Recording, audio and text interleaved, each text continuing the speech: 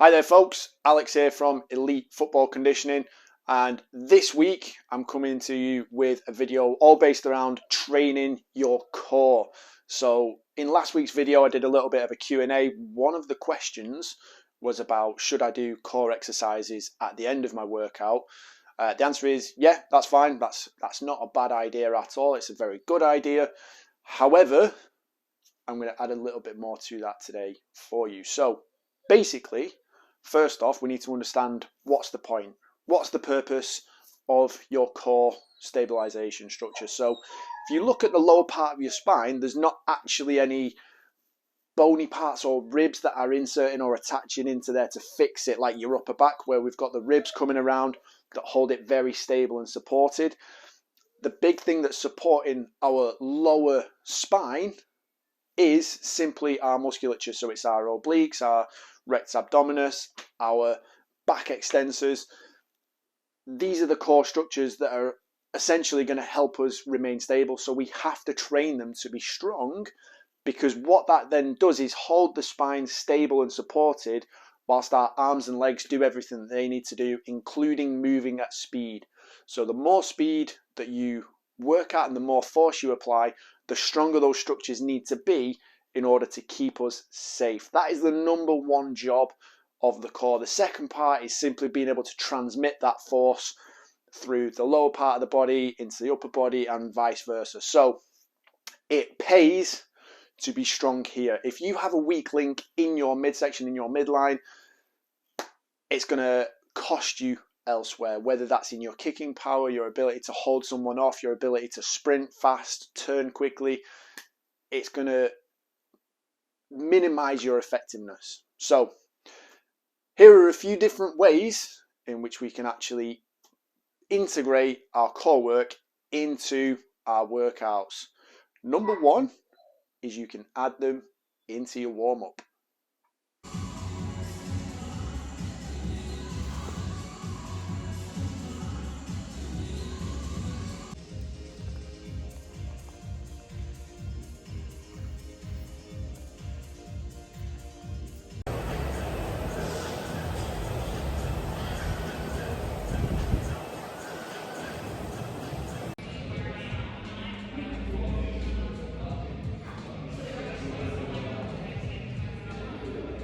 Method number two is that you can integrate your core work into your big compound exercises, whether that's squatting, deadlifting, or this particularly nice variation that I really like for your chin-ups, which I recorded another video on my Instagram story about Paul Pogba wasting his time doing 5 kilo bicep curls. Don't bother with that. Use chin-ups as a great variation to increase that upper body strength if you really need to, but it's also a great way for actually training your power to weight ratio and seeing if you're actually making progress in that. The more chin-ups you can do, the lighter your body weight, the stronger you are, the more powerful you are. There you go. Very, very simple. And this little technique is super effective at lighting up that core.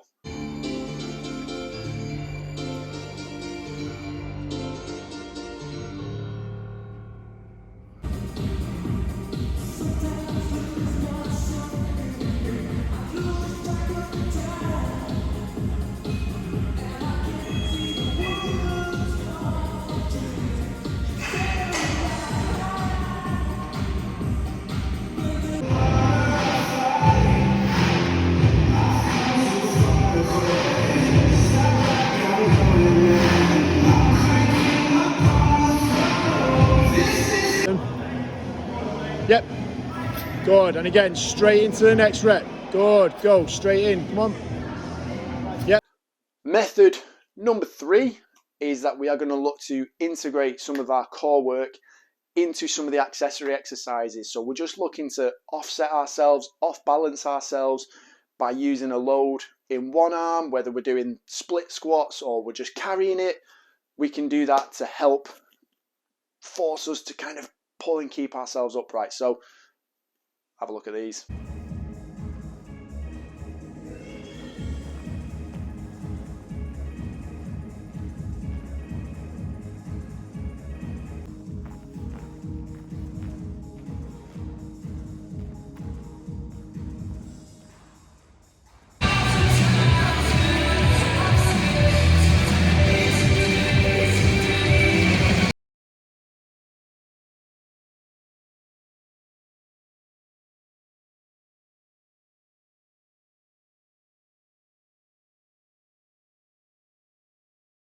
these core exercises that will really boost your core stability, your core strength, and impact your overall performance in other areas. And you can do these every day. You can train them a little bit every single day. There's not going to be a moment that goes by that you're not using your core stability. For instance, it is required if you are standing. It's required if you're sitting. You're going to be using it a little bit even if you're just lying down. You can also try this. If you were to lie down flat on your back and just put your fingers underneath your ribs and lift your head up, you'll be able to feel it a little bit. If you just do that little chin tuck, the weight of your head means that this needs to be working. It has to help and assist with you pulling up. So we use it for everything. We use it all the time, every single day. We need to start using it. If you're a footballer, we need to start using it in a consistent way that is actually going to help us improve our performance on the pitch. Nice. So keep these heels, push them forward. There you go. So heels should be flush if there was a wall behind you.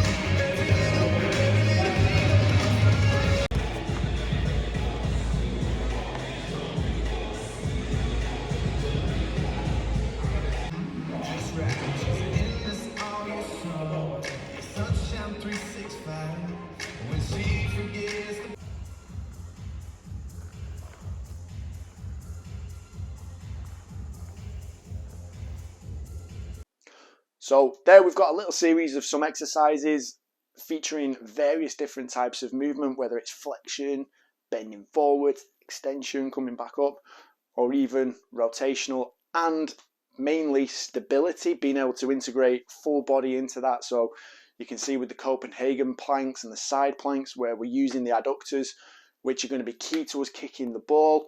We're integrating the hip flexors and doing the pulling and raising the knee up into the sprinting position, or again, that's going to help us with our kicking power and our strength through striking a ball, as well as sprinting and sprint speed.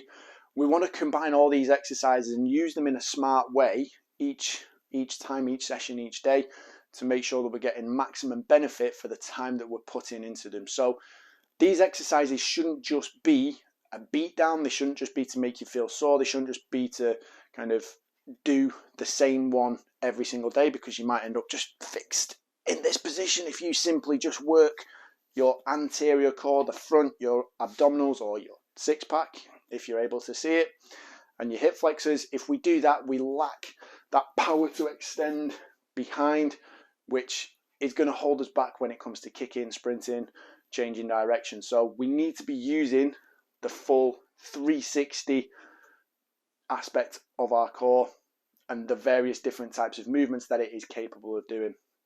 So if you found this video particularly useful, give us a thumbs up, give us a like, give it a follow. If you've got any more questions, if this has simply confused things for you, I hope it hasn't, drop me a message and I will respond to that personally as well and let you know what you can do, where you can get started, because there are different levels to all of this. It's about fitting it in to where you currently are. So don't just go from, I think there's the Swiss ball elevated plank where you're doing the knee drive in, working at speed on an unstable surface. Don't do that if you can't hold a simple plank. So various different levels, various different places to start. Not all of those will be suitable for you.